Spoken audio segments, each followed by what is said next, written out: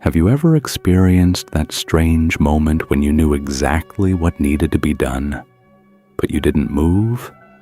The decision was clear, the path was visible, the next step was obvious, yet you stood still. A quiet voice inside whispered, "Wait a little longer. You're not fully ready. The timing isn't perfect."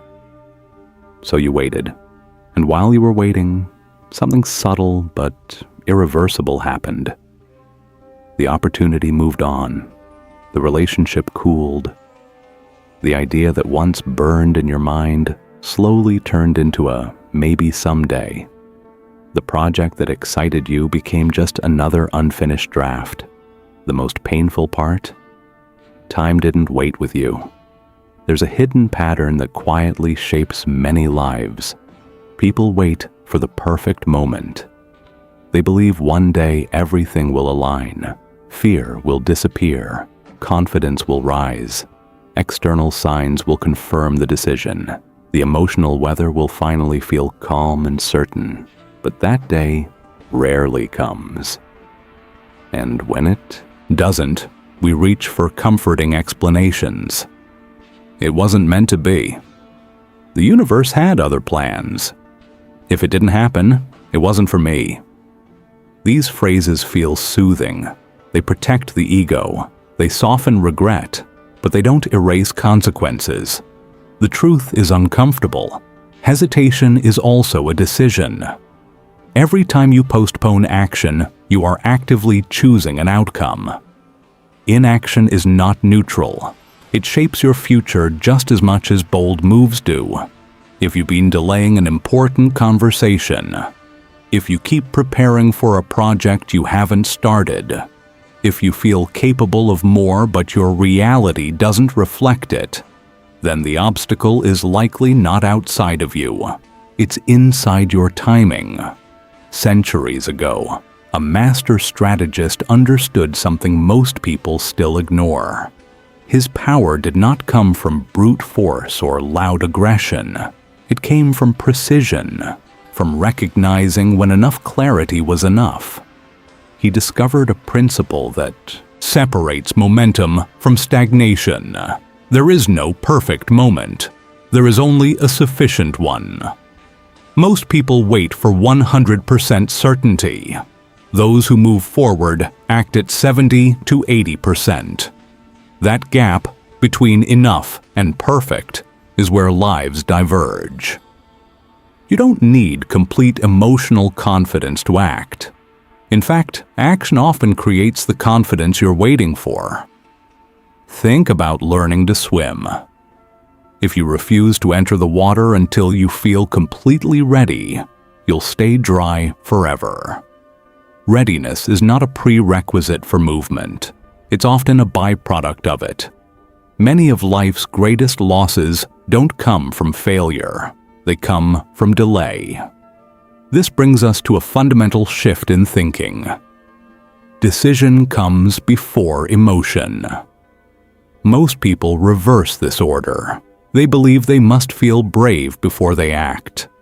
They wait to feel calm before they confront. They wait to feel inspired before they start. But courage is not a feeling that magically appears. Courage is a consequence of commitment. You decide first. The emotional alignment follows. Ask yourself something direct. What problem in your life has been lingering for at least 2 weeks? Not something abstract, something specific. Write it down. Now list 3 possible actions. 1. The safest option. 2. The most comfortable option. 3. The most effective option, the one that makes you slightly uncomfortable but moves things forward. Cross out the safest one. Cross out the most comfortable one. Keep the third. Why? Because growth rarely hides inside comfort. It usually sits behind a thin wall of resistance. The mind loves delay because delay feels intelligent. It feels strategic. It feels careful. But often, it is simply fear wearing a rational mask. There's another important insight here. hesitation can become cruelty, not toward others, but toward your own future. When you delay a necessary conversation, tension grows silently. When you postpone a clear boundary, resentment builds quietly. When you avoid making a decision, uncertainty spreads like fog. You might believe you're maintaining peace. In reality, you may be stretching out discomfort over a longer period. A clear decision today often prevents prolonged stress tomorrow. This does not mean rushing blindly. It means recognizing when enough information is already in front of you. The myth of perfect timing keeps people average. The concept of sufficient timing creates momentum. Here's a small challenge for today. Choose one action related to that lingering issue. Not a massive step, not a dramatic confrontation, just one forward movement. Send the email, schedule the meeting, outline the first draft, state the boundary calmly, and do it before the day ends. Why today? Because motion creates clarity. Waiting rarely does. There is a quiet transformation that happens when you act despite incomplete certainty. You begin to trust yourself. You start building internal evidence that you can handle discomfort, and that trust compounds over time. Every decisive moment strengthens your inner fire. Every postponed moment dims it slightly. The difference between those who advance and those who remain stuck is rarely intelligence, talent, or luck. More often, it is their relationship with timing. They do not wait to feel unstoppable. They move while feeling uncertain. They understand something simple but powerful. Progress favors the decisive. And before moving further, consider this. What would your life look like 1 year from now if you stopped waiting for perfect moments and started acting on sufficient ones? That question is not theoretical, it's practical. Because somewhere in your life right now, a door is not locked. It is simply waiting for you to push it. There's a reason some people seem to win before the real conversation even begins. It's not because they're louder. It's not because they're more aggressive. And it's definitely not because they're fearless.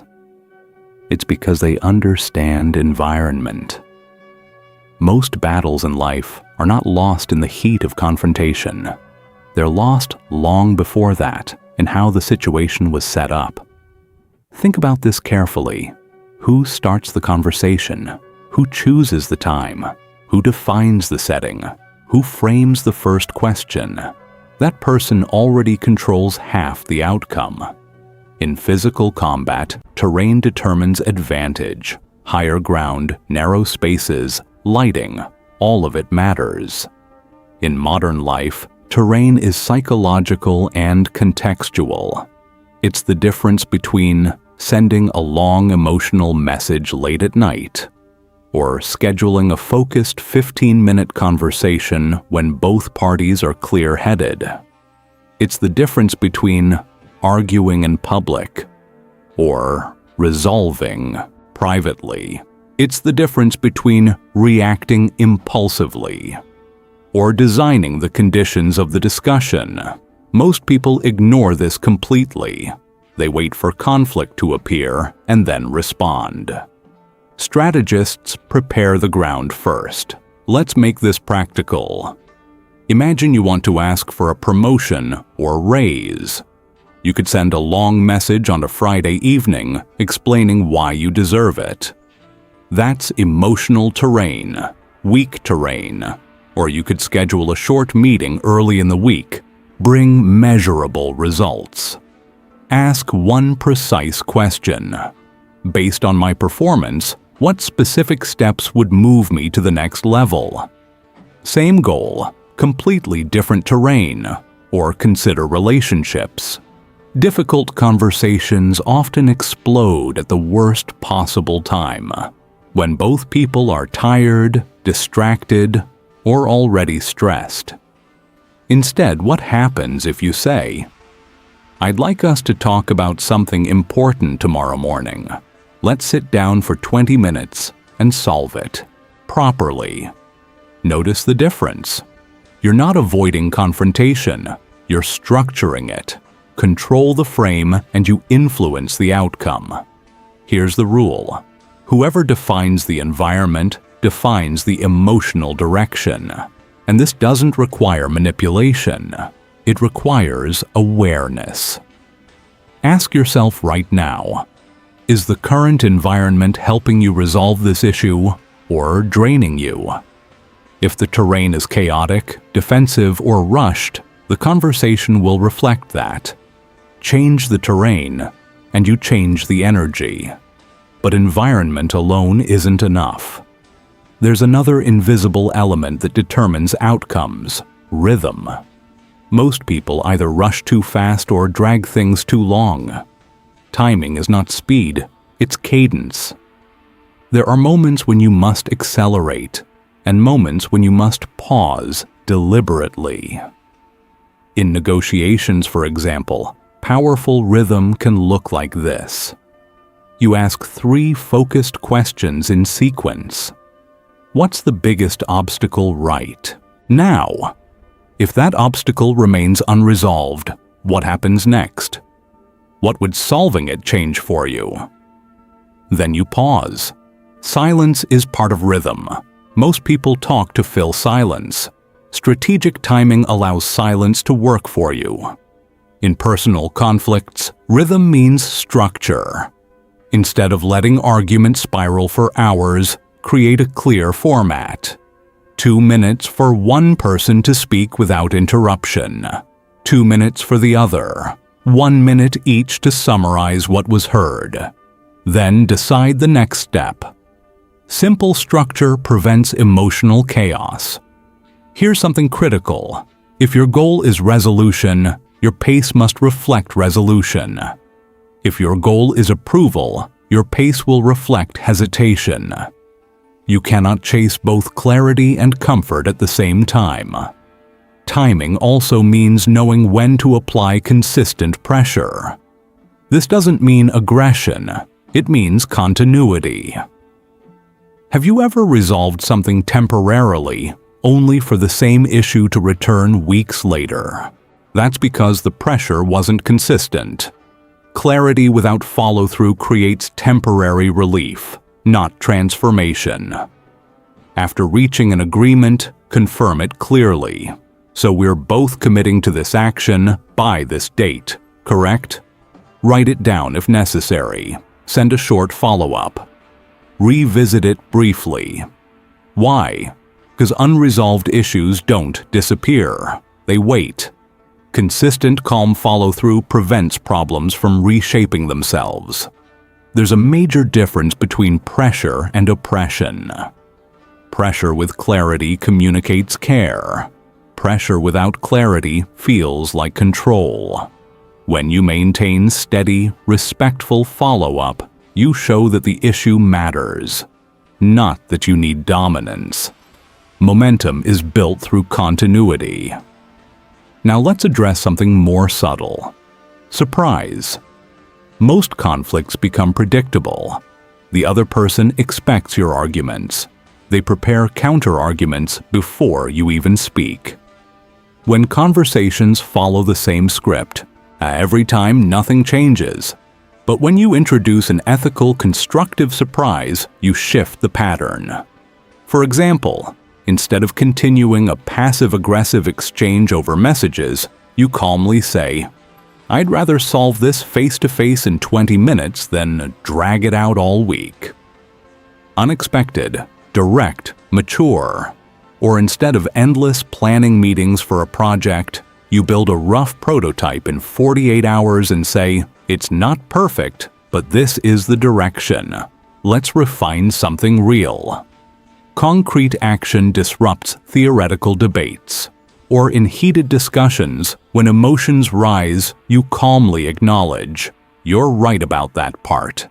That single concession can dismantle defensive walls faster than 10 arguments. Surprise shifts the brain from defense to evaluation. But remember this carefully. Break expectation, not trust. The goal is not to deceive. The goal is to disrupt stagnation. When you combine controlled environment, intelligent rhythm, steady follow-through, and ethical surprise, something powerful happens. You stop reacting to life. You begin shaping it.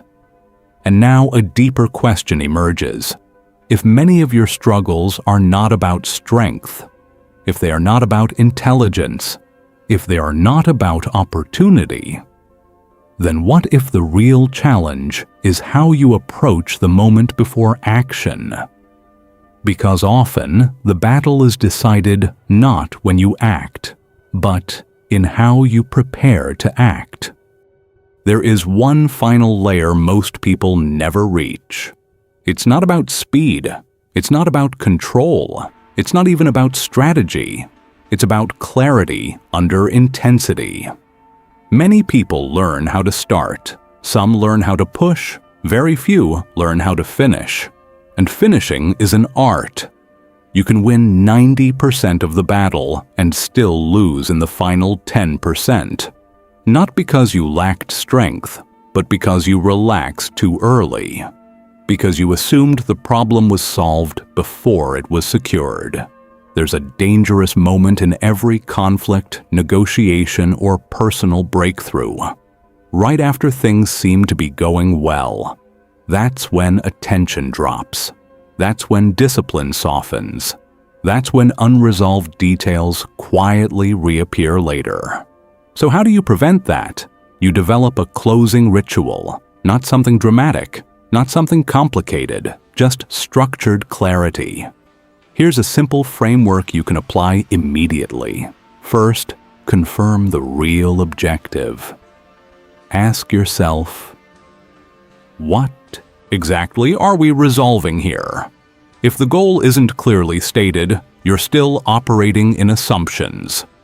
Second, define the next concrete step, not a vague intention, not "we'll see." A specific action with a specific timeline. Third, assign responsibility. Who does what, by when? Ambiguity is the breeding ground of future conflict. Fourth, record it somewhere visible, a note, a calendar reminder, a shared document. Memory is unreliable. Documentation creates continuity. Fifth, take one micro-action immediately. Send the message, confirm the calendar invite, write the outline, make the first call. Why immediately? Because momentum fades quickly.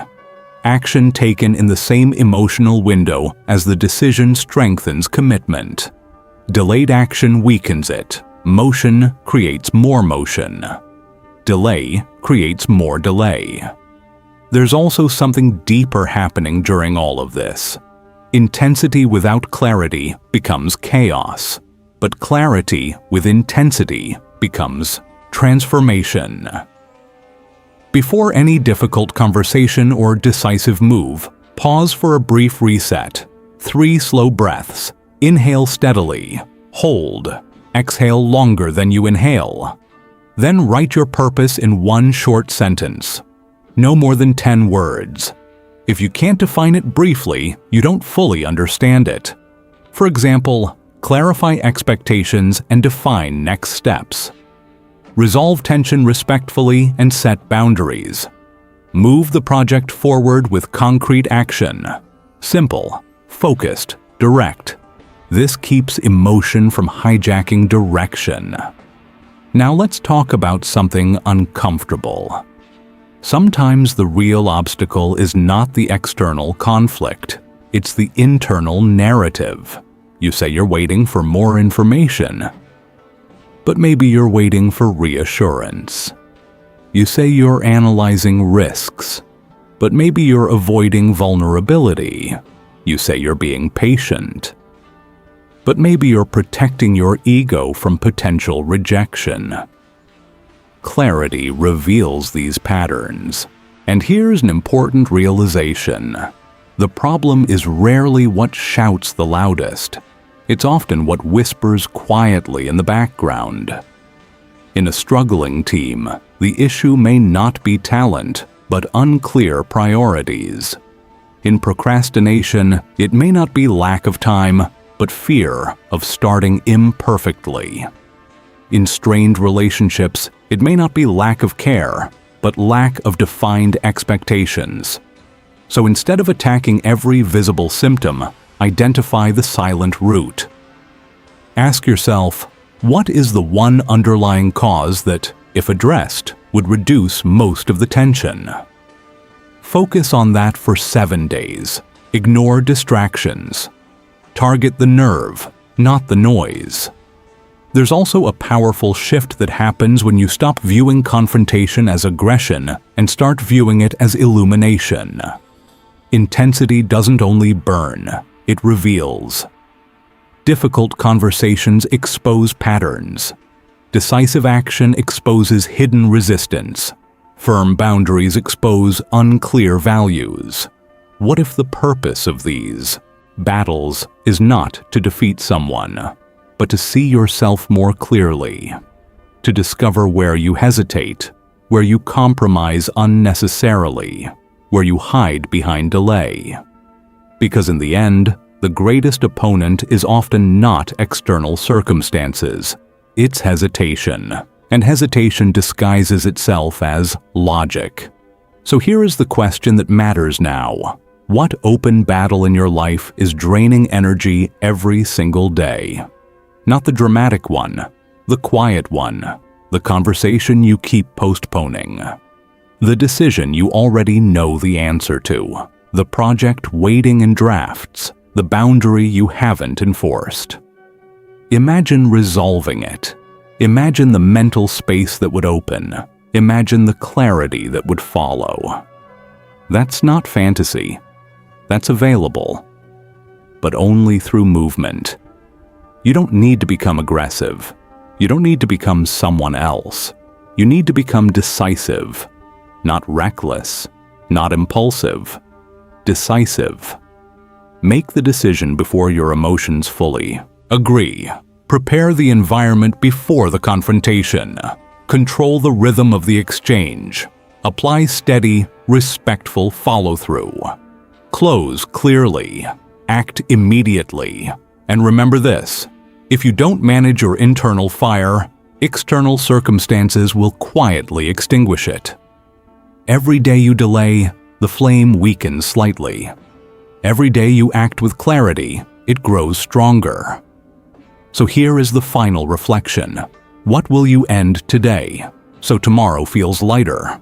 Not next week. Not when you feel perfectly ready. Today. Because the difference between stagnation and progress is rarely dramatic. It's usually one clear decision made at the right moment and followed through without hesitation.